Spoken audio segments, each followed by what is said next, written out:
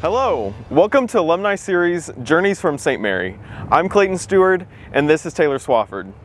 In this series, we sit down with USM alum and see how USM shaped them and what they're up to now. Make sure to join us for every episode of this journey. Our first guest for this series is Mr. Corey Hamilton. Mr. Hamilton is a 2003 political science graduate and graduated in 2005 with an MBA in organized leadership. While at USM, he was involved in various student boards, the first baseball and football teams, choir, and other areas on campus. He is now a partner at IBM Security Services. Clayton sat down with Mr. Hamilton. This is his story. Practice. So being in, Leavenworth, there is a large military base just north of town there.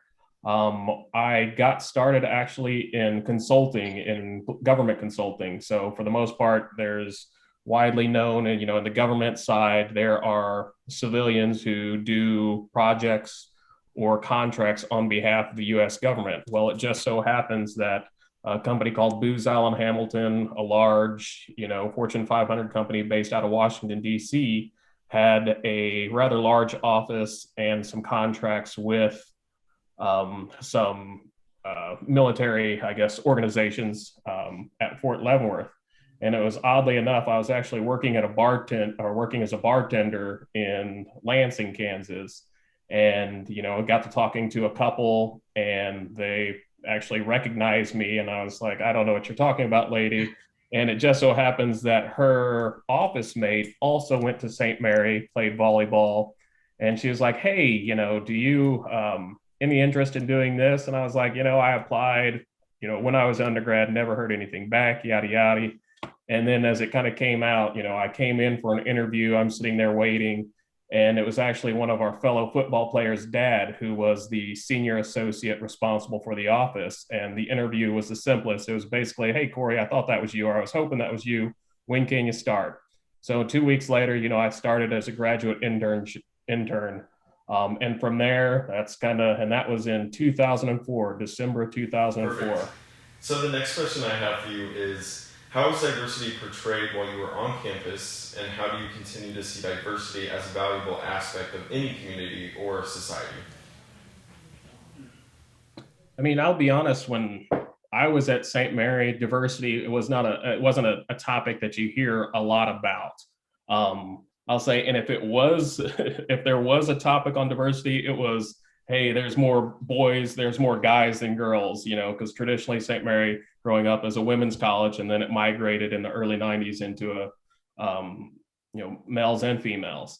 I'll say that, from a diversity, perspective, again, at St. Mary,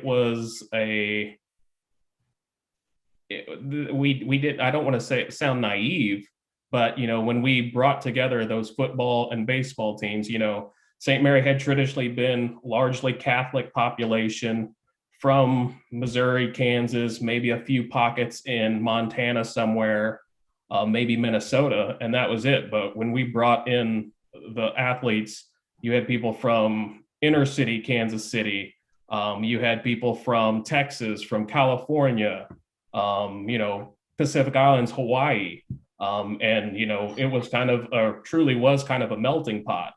To probably more so like what it is today. But again, there was no issues. It was never widely explained. Fast forward now 20 years, it is very much a topic and a challenge for society. I think that's one of those where at St. Mary, because we were so small, so insular, it was, don't get me wrong, yeah, there were still challenges, but it was more about, a football team versus a soccer team versus, anything else. When we talk largely on society, I think there's going to be some challenges. The past year, George Floyd, that kind of sparked some things that certainly needed to be brought up. With the changes in administration, I think we're starting to kind of see some rectifying of those. But I'll say from a business standpoint, when you've got CEOs that are preaching out and voicing that diversity is good for business. Most companies are not serving one specific set, whether that's talking about race, whether that's talking about creed, whether talking about sex. It makes good, I guess, business sense to bring a diverse team in thoughts, mind, race, creed, color, etc.